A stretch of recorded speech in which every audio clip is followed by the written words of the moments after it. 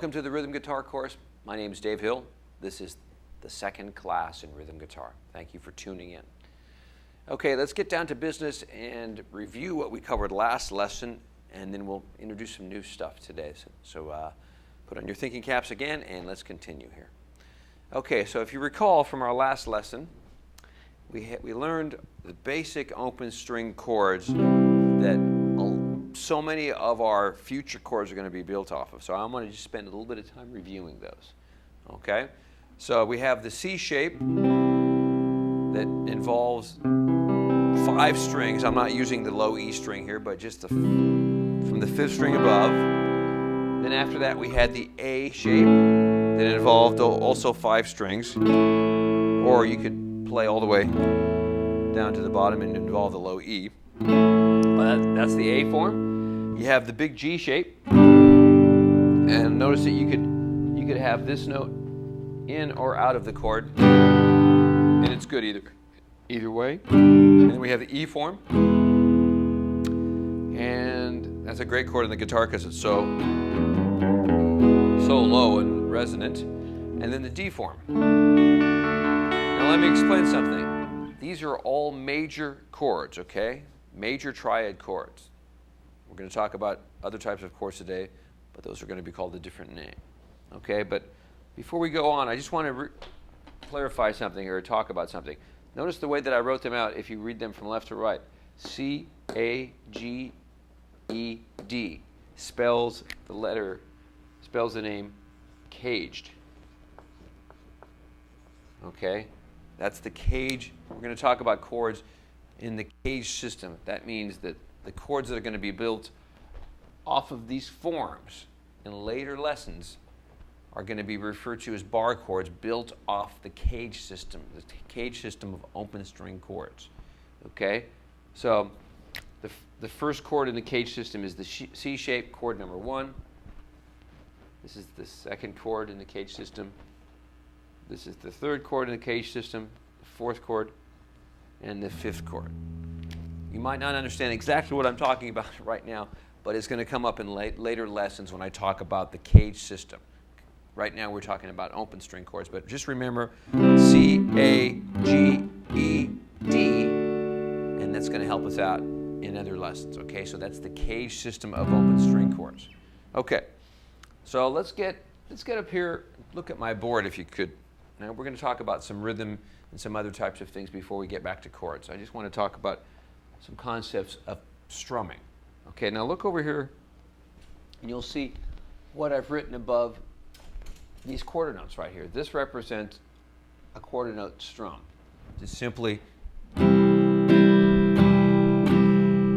beats per bar. And this information, this little half box or 3/4 box, represents a downstroke, a downstrum. So when you see that written above the actual chord, or in this case just the quarter note, that means that you're going to strum it in a downstroke. Now I didn't actually tell you to play a C chord, but if I had written C over that measure, that's what you would do literally. Okay? So now the opposite side of that is the upstroke. It looks like a V. Okay? So that would be appropriate if you were, let's say, going to play 8th notes. Okay, and 8th notes would be where you take the quarter note, 4 beats per bar, and you divide it into half. So you have the downbeat here on the quarter notes, and then on the upbeat, this is called and I use that symbol to describe and. So you would count it 1 and 2 and 3 and 4 and. Okay, now that's a good place to use the upstroke with our strum. So we had the quarter note here, 1, 2, 3, 4.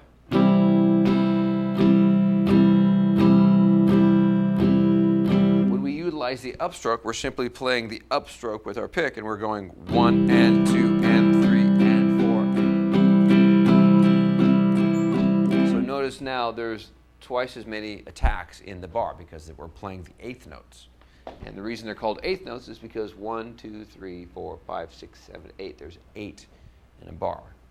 Okay, these are called eighth notes because there's 8 attacks in a bar. Okay, so downstroke, upstroke. Okay, just I'm going to point that out now and use that in future lessons. But let's just practice our C major chords going through our A major chords to G to E to D using combinations of downstrokes and upstrokes. Okay, so first of all, let's just go ahead do them with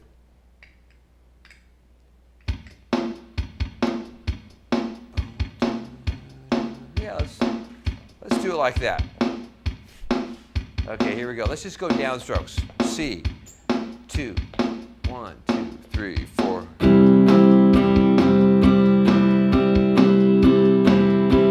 Okay, now let's do C with down and up with eighth notes. Back to quarter notes, downstrokes.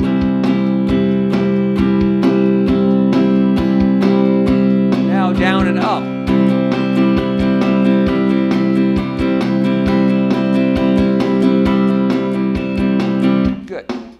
Let's do the same thing with our A chord, okay? Here we go with downstrokes on the A chord. 2, 3, 4.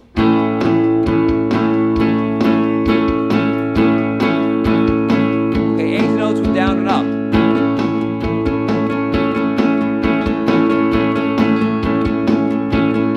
Okay, downstrokes. Down and up.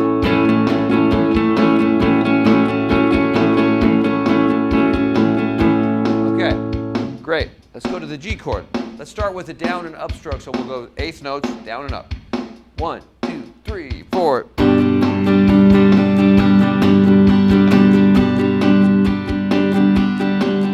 put a little accent on the beginning of each bar.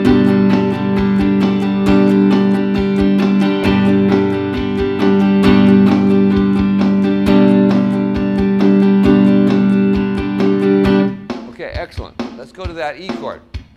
Tell you what we're going to do with this one. We're going to take the downbeat out right there, and we're only going to play the upbeat. We're just going to play the and of each of these beats. So that would sound like this. Check that out.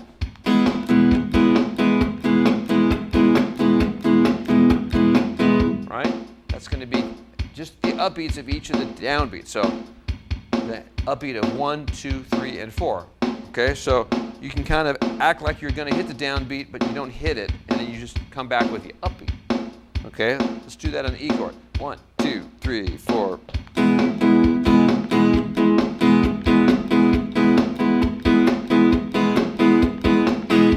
Now you'll notice that I'm sort of choking. You'll notice that I'm sort of choking the notes off a little bit, just to keep it clean, so you can hear the space. So watch what I'm doing there.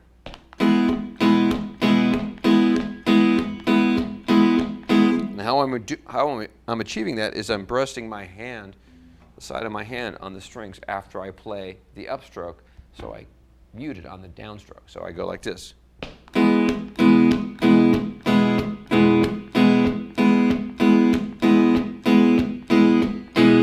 Okay? And if you were to see that written in music, you would simply see it like this.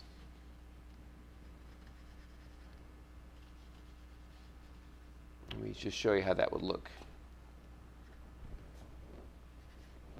It would look like this. You'd have an eighth note rest, and then you'd have an eighth note. Oh, sorry.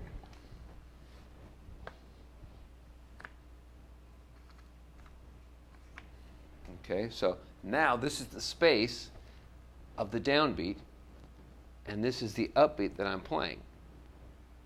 Okay? It's a little bit goofy there, but you get the idea. So the downbeat now is right here, and here's the upbeat.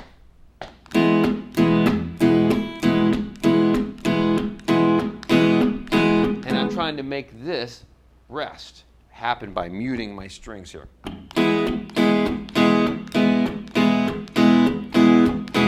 Okay, so that's the open E chord. We messed around with that for a little bit. Let's take the D chord and get back to that.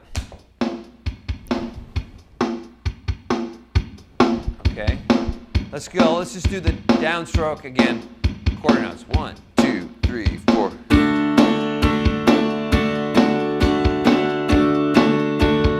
Now, the eighth notes.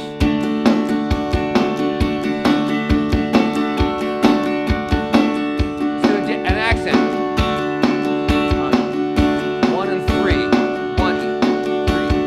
1, 2, 3, 4. 1, 2, 3, 4. Okay. Let's go back and forth between D and G. Every other measure, like this.